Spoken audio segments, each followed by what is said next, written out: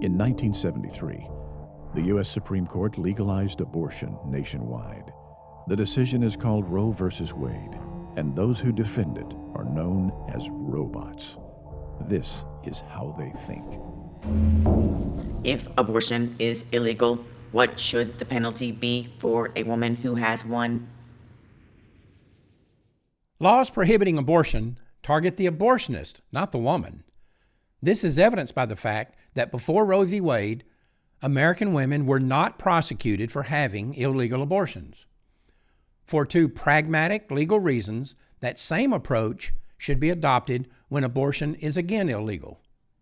First, except in the extremely unlikely event that a woman is actually caught in the act of having an illegal abortion, convicting her for having one would be virtually impossible. Second, the woman is the best source of information needed to bring charges against the abortionist. If she also faced prosecution, she would not cooperate with the authorities, thus keeping them from getting the evidence needed to convict the abortionist. That would leave him free to kill again. The point is, not prosecuting the woman does not excuse her for having participated in an illegal act that took the life of her child.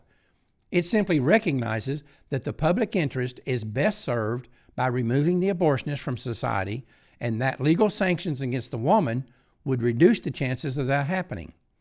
It's no different than the authorities giving immunity to a small-time drug user in exchange for information that puts a big-time drug dealer in prison.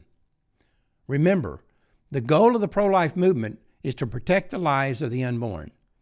Imprisoning a woman who had an illegal abortion would prevent nothing since her child is already dead. But imprisoning the abortionist might save thousands of babies in the future. The point is, rotting in jail is exactly where every abortionist deserves. If giving women a pass on prosecution is the best way to make that happen, that is a deal worth making. From the pro-life perspective, there is simply no practical reason for jailing women who submit to abortions. Now, if the pro-choice gang thinks it's unfair or inconsistent or hypocritical for abortionists to go to jail but not their customers, then let them lobby for the legislation that would put women in jail. Just leave us out of it.